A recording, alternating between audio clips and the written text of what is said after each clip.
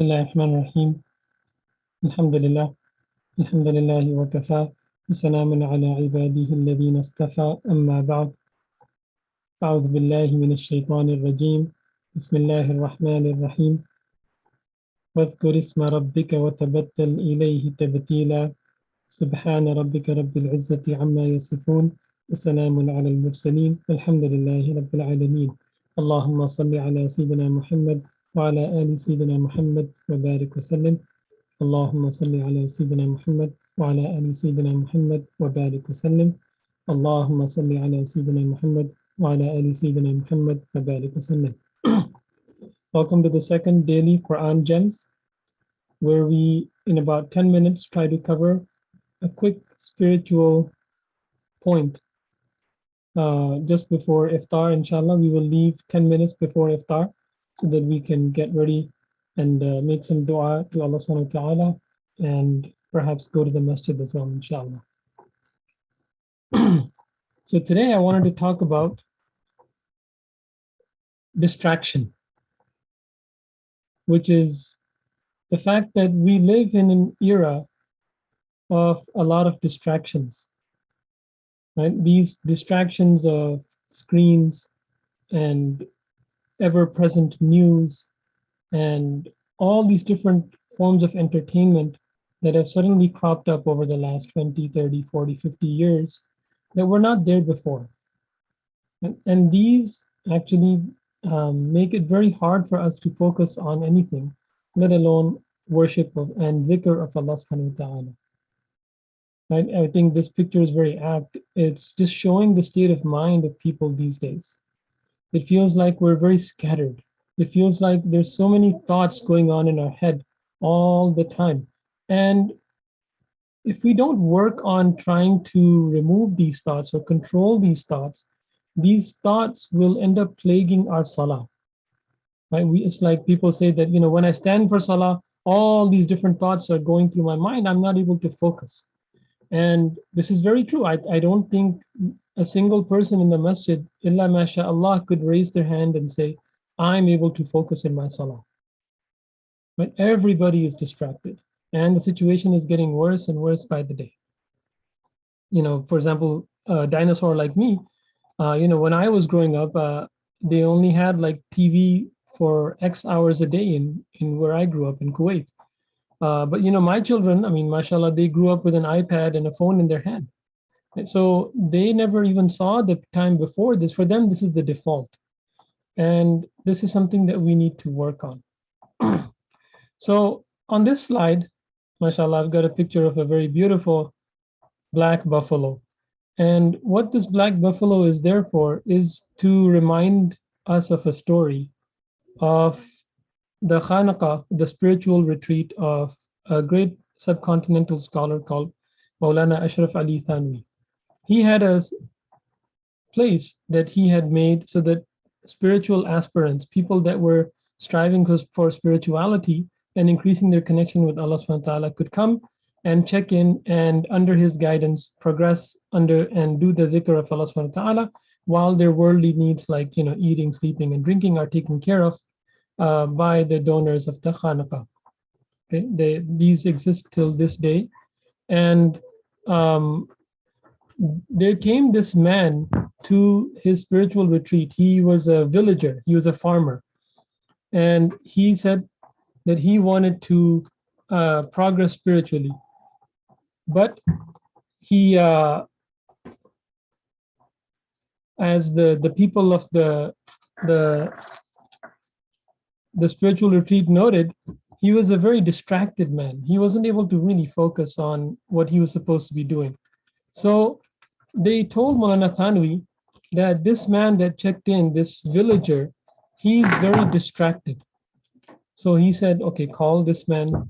And he had a word with him. And he asked him, what is your most favorite thing in the whole wide world? What is the thing that you love the most?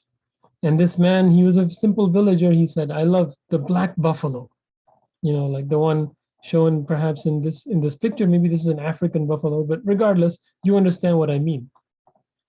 Kali bhais, and as they say in Urdu. And the reason is, oh, it gives milk, it's such a graceful animal, blah, blah, blah.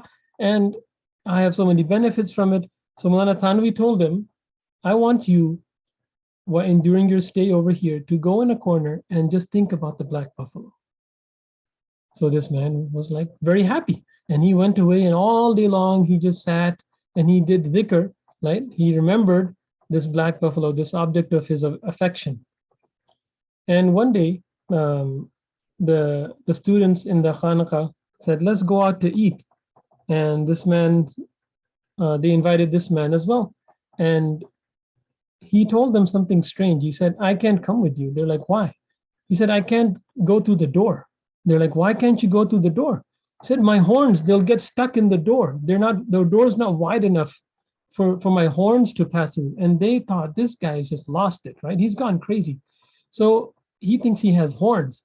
And they took him to Manathanwi and said that this man has gone crazy. He thinks he has horns. I don't know what he's been doing. So Maulana Thanvi smiled and he said, now we can progress. In other words, this man was very distracted. He wasn't able to focus. So Maulana Thanvi told him to focus on the thing that he already loved and he could focus on easily. And now that he has become focused, we can direct that focus to what it should be directed towards, which is Allah subhanahu wa ta'ala. So this is his hikmah, his wisdom in how to progress this certain individual. So each one of us, we have our own black buffalo. We have something that distracts us, whether that be our work, whether that be our family, whether that be our children, whether that be our car, whether that be whatever it is, right? Every one of us has a black buffalo, whether it's academics, whether it's, love of, quarreling and debating over useless things. These can also be mental idols, so to speak. These can be things that we have, concepts that we're in love with, that distract us from the remembrance of Allah. So it's up to us to kind of find them and remove them, right? And to focus ourselves on the thing that we ought to be focusing on, which is Allah subhanahu wa ta'ala. In the Quran, in Surah An-Nur, Allah subhanahu wa ta'ala mentions a group of people that are able to focus and are not distracted by their daily routine. The mundane things that we do every day. We go to work, we drive, we wash dishes, we take care of our kids, we brush our teeth, we go to sleep, we wake up. Allah subhanahu wa ta'ala mentions, بعد أعوذ بالله من الشيطان الرجيم, رجال لا تلهيهم تجارة ولا بيع عن ذكر الله وإقام الصلاة وإيتاء الزكاة. That they are men, they are real men who are not distracted by commerce or sale. They're not distracted at their workplace by their transactions, buying and selling, from the remembrance of Allah subhanahu wa ta'ala and the performance of prayer and of giving zakah. This is the state that we want to reach. We want to reach that state where we are remembering Allah subhanahu wa ta'ala, and yet we are able to continue with our daily life. Right? We're remembering Allah when we're washing the dishes.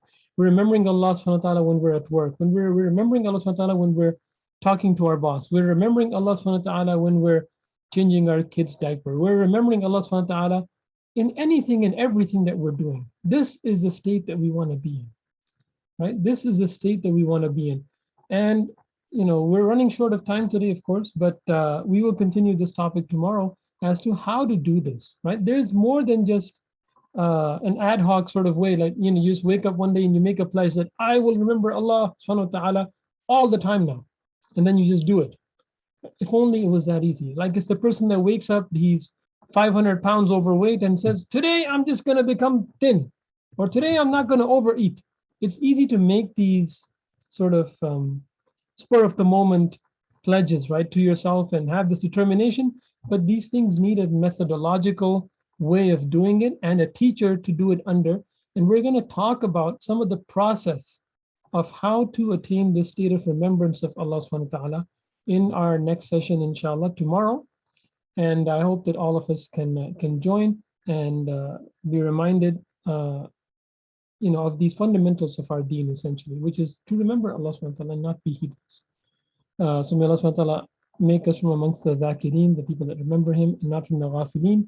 وآخر دعوانا أن الحمد لله رب العالمين جزاك الله خيرا السلام عليكم ورحمة الله وبركاته. Request for du'as.